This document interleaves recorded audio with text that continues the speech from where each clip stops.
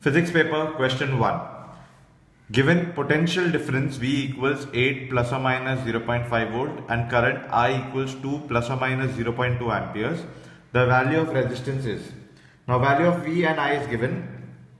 Resistance would be 8 by 2, that is V by I, which will be 8 by 2, which will be 4 ohm. Now in order to know the error in resistance, the error would be delta R by R percent, which will be delta V by V plus delta I by I. So which is 0.5 divided by 8 plus 0.2 divided by 2 multiplied by 100, which will be 16.25%. So your value of resistance R would be 4 plus or minus 16.25%. That is option A would be the correct answer. Question 2, the units of modulus of rigidity are Newton per meter square, that is option D. Question 3, a point initially at rest moves along x-axis. Its acceleration varies with time as a equals 6t plus 5 in meters per second square. It starts from origin, the distance covered in 1 second is. Now a equals dv by dt, which is equal to 60 plus 5. So I can say dv is equal to 60 plus 5 the whole dt. Integrating both sides will give me v equals to 6t square divided by 2 plus 5t plus c, where c is a constant of integration. So when v is equal to 0, c also would be equal to 0. So then in this equation finally we would get v equals to 6t square plus 2 plus 5t plus 0. Now this v is nothing but ds by dt. So ds by dt would be equal to 6t square divided by 2 plus 5t. Now this again I will integrate, and on integration I would obtain s equals to t cube plus 5t square by 2. So when t changes from 0 to 1 second, we will have to see what is the value of s. So here substituting t is equals to 1, we would get value of s as 3.5 meters. That is option B would be your correct answer. Question 4. The magnitude of two vectors a bar and b bar are a and b respectively. The vector product of a bar and b bar cannot be. So a bar cross b bar, the whole magnitude will be equal to ab sine theta. Sine theta cannot be greater than 1. Therefore, this whole left hand side, that is a bar cross b bar modulus, cannot be greater than ab. So it is, your correct answer will be, it cannot be greater than ab. That is option D. Question 5. Neglecting the air resistance, the time of flight of a projectile is determined by. Time of flight is equal to 2u sine theta divided by g. This u sine theta is nothing but uy, that is vertical component. So this basically is 2 times vertical component divided by g. That means the time of flight of a projectile is determined by the vertical component, that is option A. Question 6. In the figure, the ball A is released from rest when the spring is at a natural length. For the block B of mass capital M, so this is your block A, this is your block B, to leave contact with the ground at same stage, the minimum mass of A must be. So we have to find what is the minimum mass of A. For minimum mass of A, B breaks off contact when elongation in spring is maximum. So for A to move down, B has to leave the surface. In order to B to leave the surface here, the spring needs to elongate to its maximum. At the time of break off, the block A is at the lowest position and its speed is 0. At an instant t1, I would say mg minus kx will be equal to ma. That is, in order to move this, weight of this minus kx will be equal to this. So basically I would get v dv by dx will be equal to mg minus kx divided by m. That is basically an acceleration from here. So integrating, I would get v dv equals to mg minus kx divided by m dx. So integrating this would give me integral 0 to 0 v dv equals to integral 0 to x g minus k by m x the whole dx. So x will be equal to 2 mg by k on integrating. At the time of break off of block B, break off as in when it just loses contact from the surface, capital Mg is equals to kx0. So kx0 is basically your, so this will basically form capital Mg equals to 2 times small mg from here. So I have small m is equal to capital M by 2. That is option C would be your correct answer here. Question 7.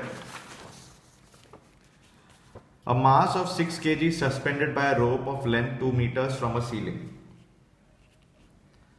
A force of 50 Newton is applied in the horizontal direction at the midpoint of the rope. The angle made by the rope with the vertical in equilibrium position will be. G value is given and we need to neglect the mass of the rope. So initially if I look, this is my point B. Initially this is how the rope was. Now I am moving this towards this side. So this is what happens to the rope. So here this is what the angle I am supposed to find. So the mass 6 kg is suspended by the rope. So this mass that is suspended is 6 kg, which will be 6 into 10 Newton.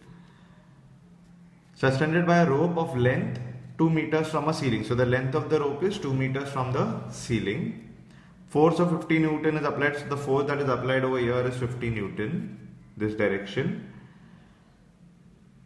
The angle is made. Now this angle theta is what we are supposed to find. Okay. So now let this be AS, this is be A, let this be B. Tension in the string is T. So now we can say that 50 by SA would be equal to 6 into 10, that is basically 60 Newton divided by SB, which will be equal to SA by SB equals to 5 by 6. Tan theta would be SA by SB, which is 5 by 6, which is 0.833. So theta would be tan inverse of 0.833, which would come out to be, so theta would approximately be 40 degrees. So correct answer is option D, that is 40 degrees. Question 8. A uniform chain of length 2 meters is kept on a table such that a length of 60 centimeter hangs freely from the edge of the table. The total mass of the chain is 4 kg. What is the work done in pulling the entire chain on the table? So if I draw the diagram, this is what the table is, this is the chain, and the chain is hanging like this from the table. Okay. So uniform, the entire length of the chain is 2 meters, is kept on the table such that length of 60 centimeter hangs freely. So this is 60 centimeter that is hanging freely from the edge. Total mass of the chain is 4 kg. So the fraction length of the chain hanging from the table would be 60 by 200, which is basically be 3 by 10. Okay. So 3/10 of the table, which basically is 1 by n. So your n is 10 by 3. So W would be equal to, work done would be equal to mg capital L by 2n square, which on substituting you will get the answer as 3.6 joules. So option B would be your correct answer. Question 9. A drum of radius capital R and mass capital M rolls down without slipping along an inclined plane of angle theta. The frictional force. Option A converts translational energy to rotational energy. B dissipates energy at heat. C decreases the rotational motion. D decreases the rotational and translational motion. So what happens when a body rolls down without slipping along an inclined plane? It rotates about a horizontal axis through its center. Rolling motion may be regarded as rotational motion about an axis through its center of mass plus a translational motion of the center of mass.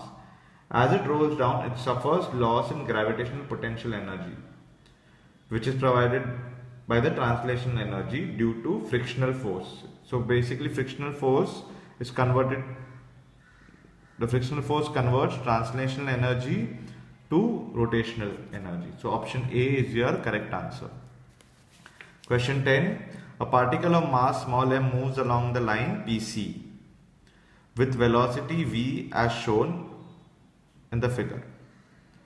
What is the angular momentum of the particle about O? So angular momentum is equals to linear momentum into perpendicular distance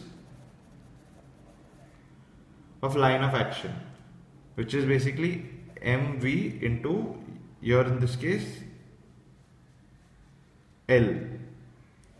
So your correct answer here would be mv small l. Question 11.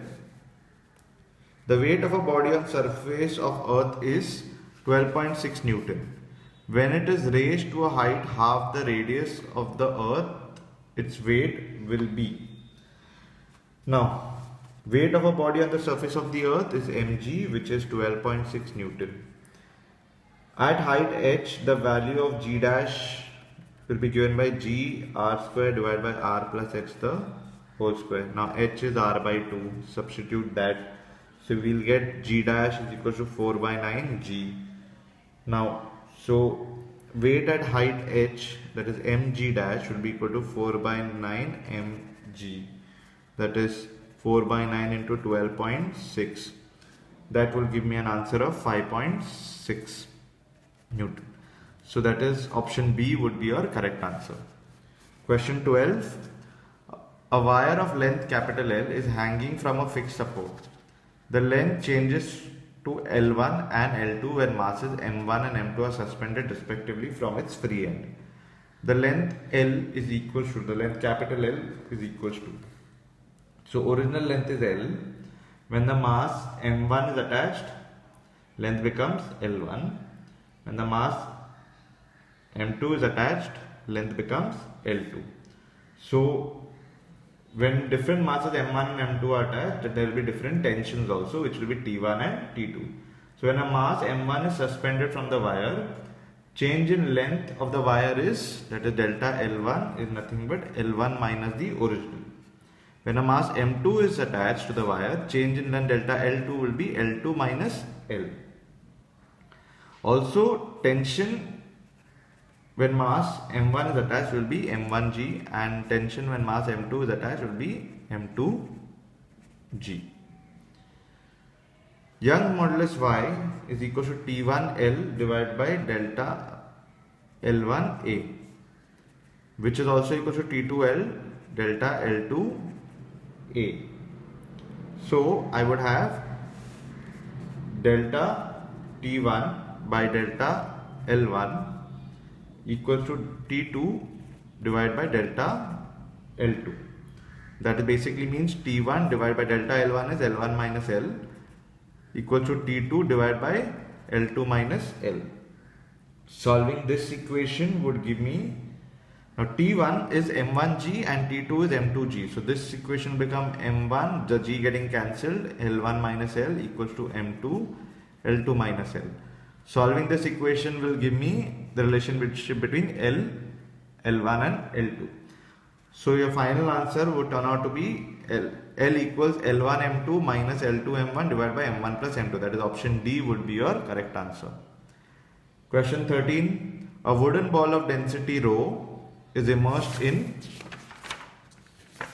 water of density rho 0 to depth h and then released, the height capital H above the surface of water up to which the ball jumps out of water is. Now let V be the volume of the wooden ball. The mass of the ball would be small m equals V rho. Upward acceleration A would be upward thrust minus weight of the ball, which upward thrust would be V rho 0 G minus V rho G divided by mass of the ball, that is V rho. So from here we would get rho 0 minus rho G divided by rho. If V is the velocity of the ball on reaching the surface after being released at depth small h, so V would be equal to root of 2as, which would be basically substituting the value of acceleration. So we'd get root of 2 times rho 0 minus rho divided by rho G h. If h dash is the vertical distance reached by ball above the surface, so h dash would be, that is, it will be, the ball will be moving with the velocity v, so v square divided by 2g. So we'll have 2 rho 0 minus rho divided by rho gh multiplied by 1 upon 2g. So the g gets cancelled out.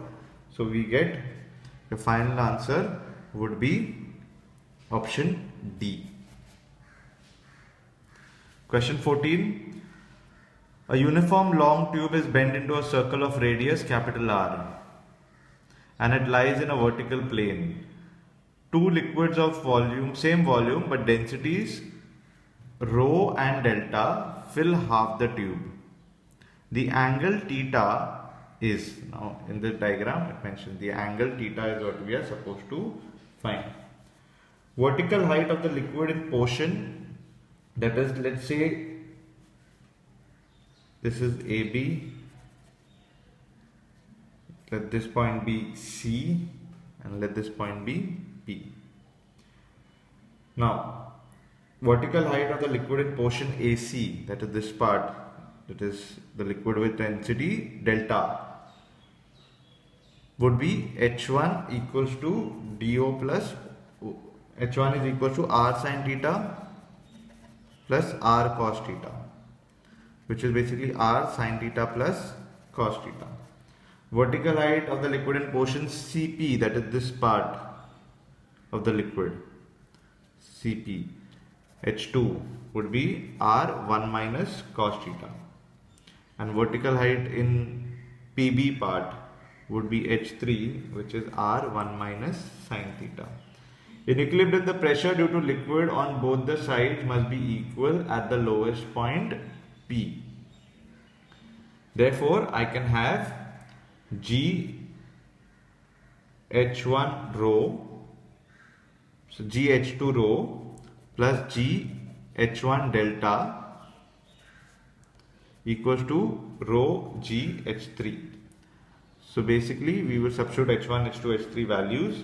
So we'll have delta G capital R cos theta plus sin theta plus rho G capital R 1 minus cos theta equals to rho G capital R 1 minus sin theta. Simplifying this would give a delta sin theta plus cos theta equals plus rho 1 minus cos theta equals to rho 1 minus sin theta. So rho plus delta sin theta equals to rho minus delta cos theta, and tan theta would be equal to rho minus delta divided by rho plus delta. So theta value would be tan inverse rho minus delta divided by rho plus delta. That is option A would be your correct answer. Question 15. A black body at temperature of 227 degrees Celsius radiates heat at a rate of 5 calories per centimeter square per second. At a temperature of 727 degrees Celsius, the rate of heat radiated per unit area in calorie per centimeter square per second is E1 by E2 is equal to T1 raised to 4 divided by T2 raised to 4. So we know the temperatures, we know E1 which is 5, we can find E2 values on simplifying this. So E2 would be equal to 5 multiplied by 1000 divided by 500 the whole raised to 4. So final answer will be 80. So option B would be your correct answer. Question 16. In a mechanical refrigerator, the low temperature coils are at a temperature of minus 23 degrees Celsius and the compressed gas in the condenser has a temperature of 27 degrees Celsius. The theoretical coefficient of performance is, coefficient of performance K is T2 divided by T1 minus T2. Substitute your temperatures in Kelvin. So we will get theoretical coefficient of performance as 5. That is option A is the correct answer. Question 17. Following figure shows an adiabatic cylindrical container of volume V0 divided by an adiabatic smooth piston. Area of cross section is A for the piston in two equal parts. An ideal gas, which is Cp by Cv equals to gamma, is at pressure P1 and temperature T1 in the left part, and gas of pressure P2 and temperature T2 in the right part. The piston is slowly displaced and released at a position where it can stay in equilibrium. The final pressure of the two parts will be, suppose X is the displacement. That is, we have to check whichever side this piston is moving, how much is the displacement of the piston from its original position. As the piston is finally in equilibrium position, both the gases must be at the same pressure when it reaches the equilibrium position, because of which the piston is displaced by a distance x. A is the cross section of the piston, capital A. Hence the final volume of the left and the right part finally can be given. So I can say that this piston is supposed to move in this direction and this is where it has reached. So the displacement would be x over here. So VL of one part, suppose the left part will be V0 plus AX. V of the right part will be V0 by 2 minus AX. As it is given that the container walls and the piston are adiabatic in the left side and the gas undergoes adiabatic expansion on the right side, the gas undergoes adiabatic compression. So it has given in the question that left side has adiabatic expansion, right side is going through an adiabatic compression. That is why the piston moves from left to right. We can also say P1 V0 by 2 the whole raised to gamma equals to P final V0 by 2 plus AX the whole raised to gamma. Also we can say P2 V0 by 2 the whole raised to gamma equals to P final V0 by 2 minus AX the whole raised to gamma. Divide these two, so you'll get P1 by P2. So P1 by P2 on solving will be equal to V0 by 2 plus AX the whole raised to gamma divided by V0 by 2 minus AX the whole raised to gamma. From there we will obtain the value of PF as P1 V0 by 2 the whole raised to gamma divided by V0 by 2 plus AX the whole raised to gamma. So correct answer in this question would be option C. Question 18. 6 moles of O2 gas is heated from 20 degrees Celsius to 35 degrees Celsius at constant volume. If specific heat capacity at constant pressure is 8 calorie per mole per Kelvin and R value is 8.31, what is change in internal energy of the gas? So we know that delta Q is equals to that is when the volume is constant, I can say delta Q is equals to delta W plus delta U. As V is constant, work done would be 0. So I can say delta Q is equals to basically delta U. So delta Q value would be N CV delta T. So your delta U and delta Q both will be equal to N CV delta T. You also know Cp minus Cv is equals to R. So Cv is equal to Cp minus R.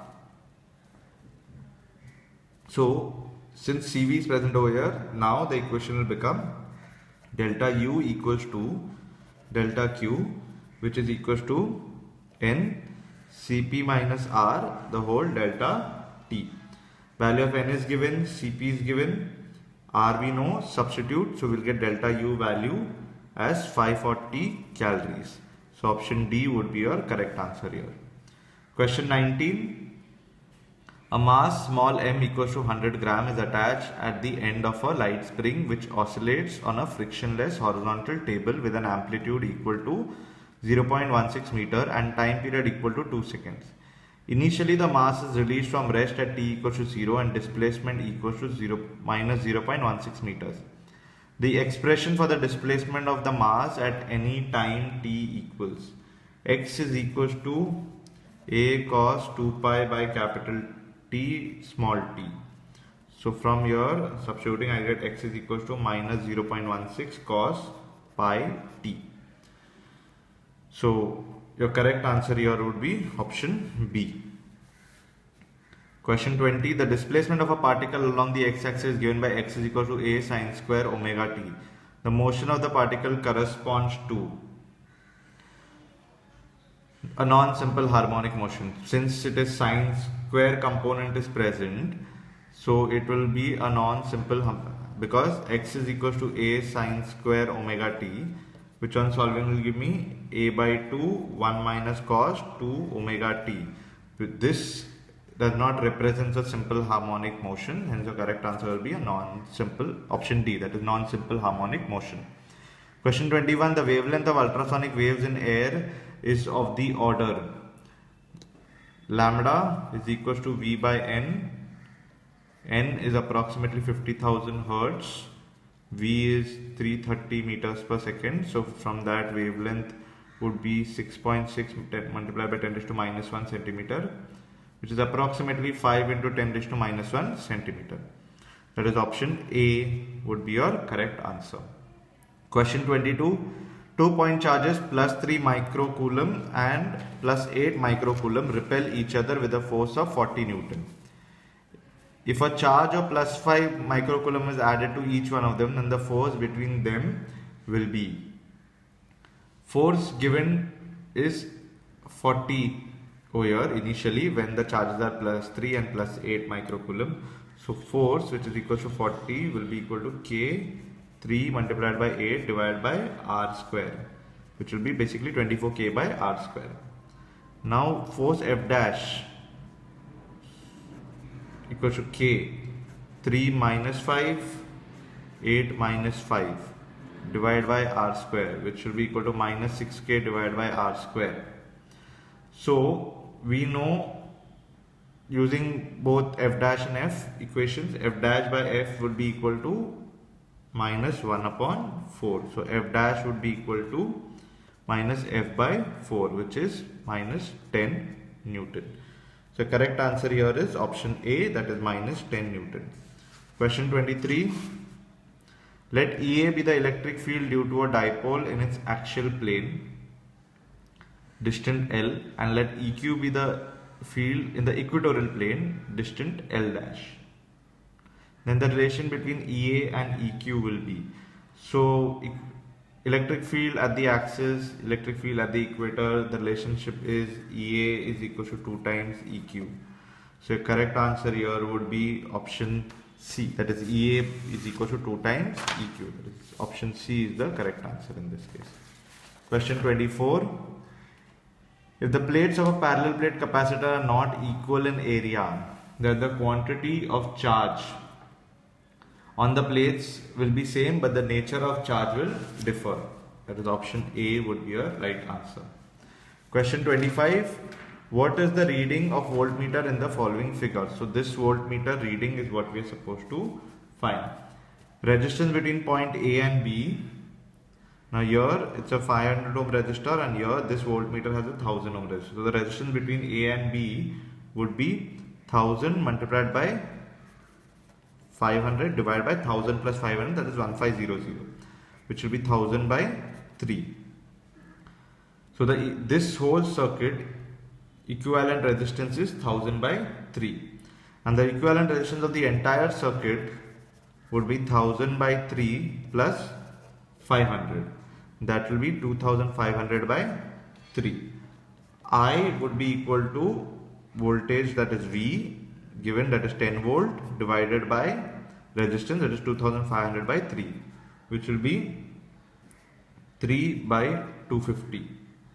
So the voltmeter reading between point A and B, that is VAB, would be equal to I into the resistance between that two points, that is 1000 by 3, which will be 4 volt. So correct answer is option D, 4 volt. If CE be the effective resistance, question 26, combination of two identical capacitors, a resistor R and a DC voltage source of voltage 6 volt is used in an experiment on RC circuit.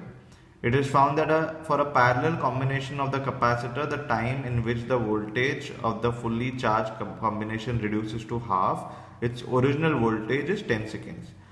For series combination, the time needed for reducing the voltage to the fully charged series combination by half is. So, two combinations of R and C are given, parallel and series. In the parallel combination, it says the time taken to reduce the voltage to half is 10 seconds. We have to find the time taken to reduce the voltage, original voltage to half in series combination is how much. So now voltage VC is equal to half of V0 is what we know. That is voltage, final voltage is reduced to half of the original voltage. Q by CE equals to Q0 by 2CE. Q0 multiplied by 1 minus e raised to minus t by RCE will be equal to Q0 by 2.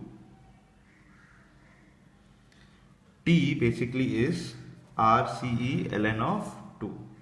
Now for parallel combination, your CE value is nothing but 2C by 2.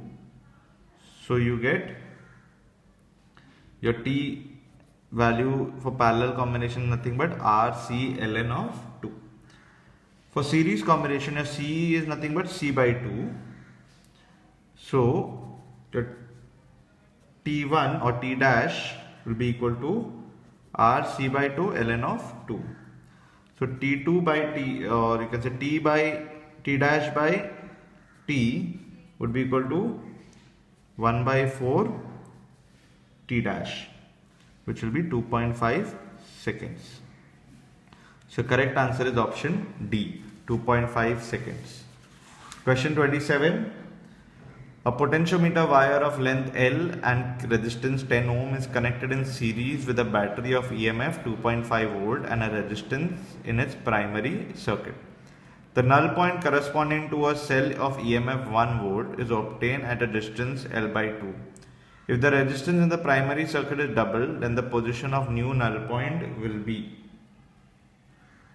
I is equal to E by RT, which is equal to 2.5 divided by 10 plus R, and V is equal to IR, so that will be 2.5 divided by 10 plus R the whole multiplied by 10. So I would obtain V as 25 divided by 10 plus R. Now X is equal to V by L, which is equal to 25 divided by 10 plus R the whole L. E is equal to X into L1, So I would have 1 equals to 25 by 10 plus R the whole L into L by 2. So I would obtain the value of R from here as 5 by 2. Now the resistance is doubled, so R dash is basically 5 ohm. That is, from here I would get R dash as, since the resistance is doubled, it will be 2R, that is 5 ohm is what the resistance would be. So X would be equal to 25 divided by 10 plus 5 the whole L, which is equal to 5 by 3 L. So E equals to X dot L2. So I would get L2 value to be 3 by 2 L. That is, here the correct answer would be option C. Question 28. The ratio of magnetic field at the center of a current carrying circular wire and the magnetic field at the center of a square coil made of the same length of wire will be. For a circular wire, the magnetic field will be mu 0 by 4 pi 2 pi I divided by R, which can be written as mu 0 by 4 pi multiplied by 4 pi square I divided by capital L.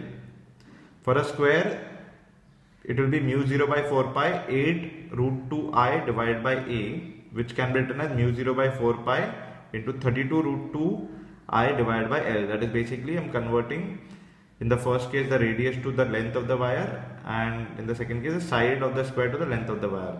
So actually this, you can also remember it as magnetic field in a circular to the magnetic field of a square, that is B circular by B square, would be equal to pi square divided by 8 by root 2. That is, option B would be the right answer. Question 29. What happens to the force between magnetic poles when their pole strength and distance between them are both double?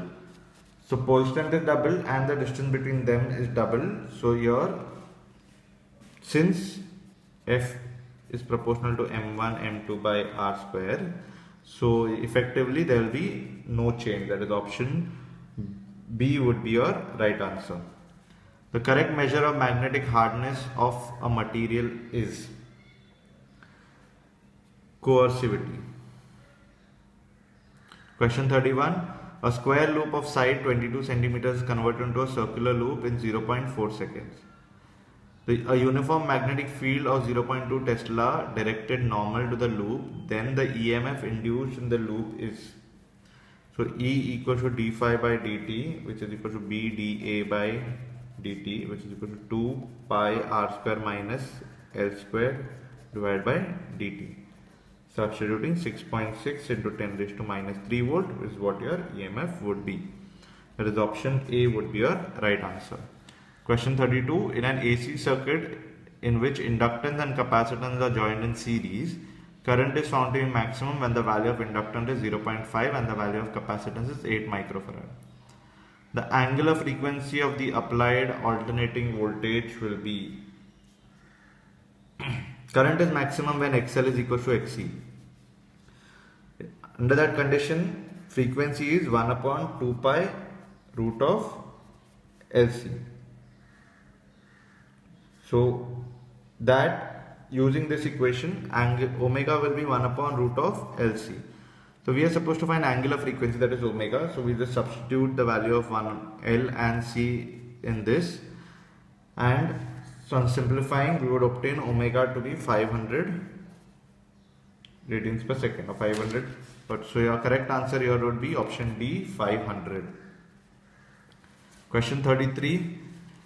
An inductor of inductance L equals to 400 millihenry and resistors of resistance R1 equals to 4 ohm and R2 equals to 2 ohm are connected to a battery, that is given in the diagram, of 12 volt as shown in the figure.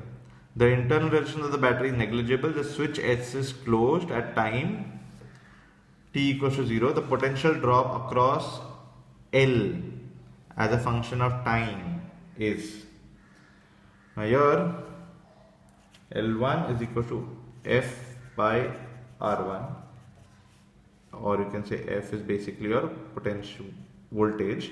That is, you can also write it as L1 is V by R1, which is 12 by 2 2, which is 6 ampere, which is nothing but your current I.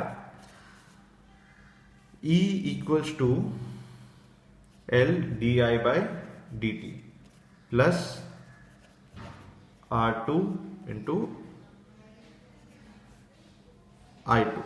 That is, your total current EMF will be E equals L di2 by dt plus R2 into L2. So from here I will get I2 equals to I0, that is the original current, per minus E raised to minus T by Tc. I0 is E by R2, which is 6 amperes. Tc is L by R, which is 400 multiplied by 10 raised to minus 3 divided by R, which is 2. So we'll get 0.2. So I2 would be 6 1 minus E raised to minus T by 0.2.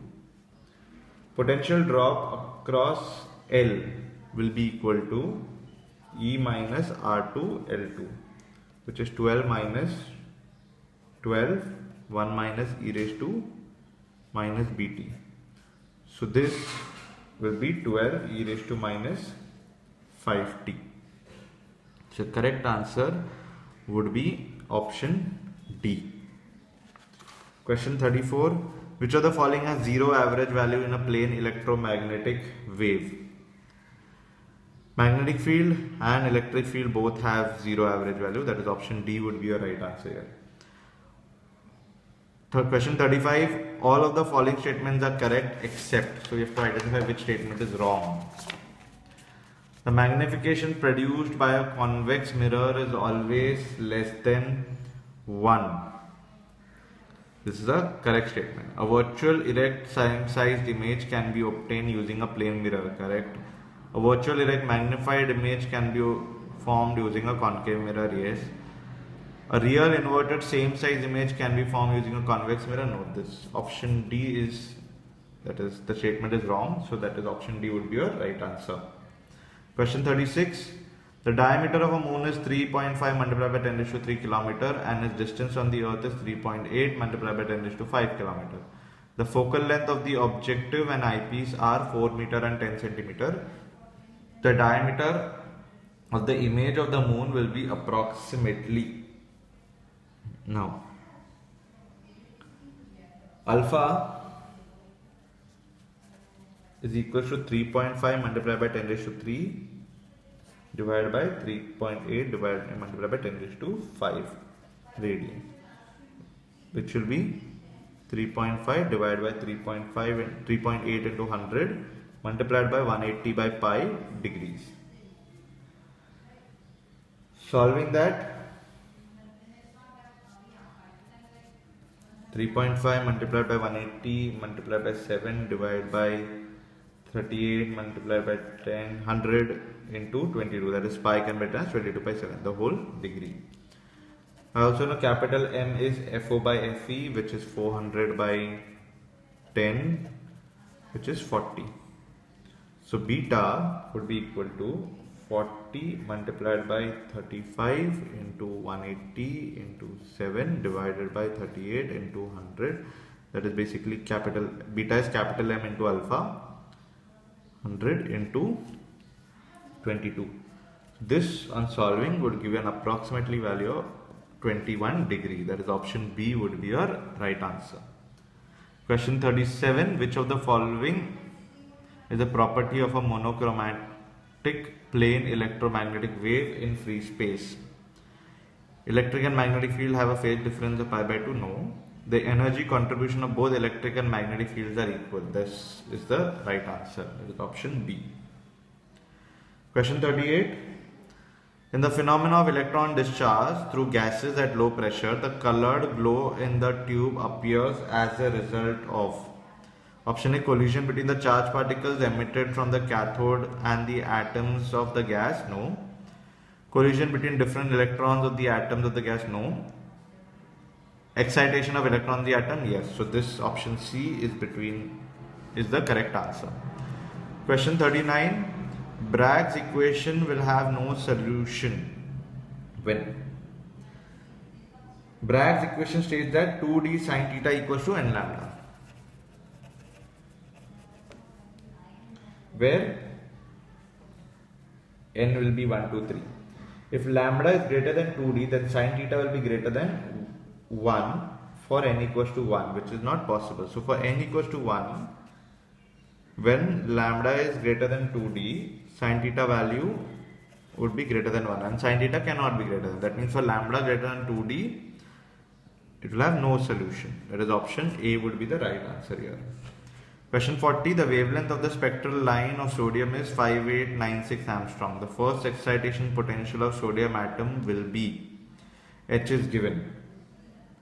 The energy of first excitation of sodium is given by E equals Hc by lambda, or H nu. H is the Planck's constant. So E will be equal to, substituting the Planck's constant, 6.63 multiplied by 10 raised to minus 34 into C is 3 into 10 raised to 8 divided by wavelength is 5896 multiplied by 10 raised to minus 10. So we will get the value of E, which will be 3.37 into 10 raised to minus 19 joules. We need the answer in terms of electron volts. So divide this by 1.6 multiplied by 10 raised to minus 19. So approximate answer will be 2.1 EV. Question 41. A moderator is used in nuclear reactors in order to slow down neutrons. So your correct answer here is option A. Question 42. What fraction of radioactive material will get disintegrated in a period of 2 half-lives? N by N0 equals to half raised to N. So when n is equal to 2, I get n by n0 equals to half raised to 2, which is 1 upon 4. So disintegrated part is 1 minus 1 upon 4, that is 3 by 4. That is 3/4 would be your answer. Question 43. The coordination number of hexagonal close packing is 12. Question 44. In hydrogen spectrum, the wavelength of H alpha line is 656 nanometers, whereas in the spectrum of distant galaxy, H alpha wavelength is 706 nanometers. Estimated speed of the galaxy with respect to Earth is. Wavelength of light emitted by a moving object is shifted. This is called a Doppler shift. So lambda equals lambda 0 1 plus V by C. We can say from here V is equal to C lambda minus lambda 0 by lambda 0. Lambda 0 is given as 656 nanometers. Lambda is given as 706 nanometers. Substitute V will be equal to 3 into 10 raised to 8. The whole 706 minus 656 divided by 656. So your answer would be approximately 2 multiplied by 10 raised to 7 meters per second. So correct answer here is option B. Question 45. The principle of laser action involves A. Amplification of particular frequency emitted by the system, yes. B. Population inversion, yes. C. Stimulated emission, yes. So all three options are correct. So that means all of the above are correct. That is option D is your right answer.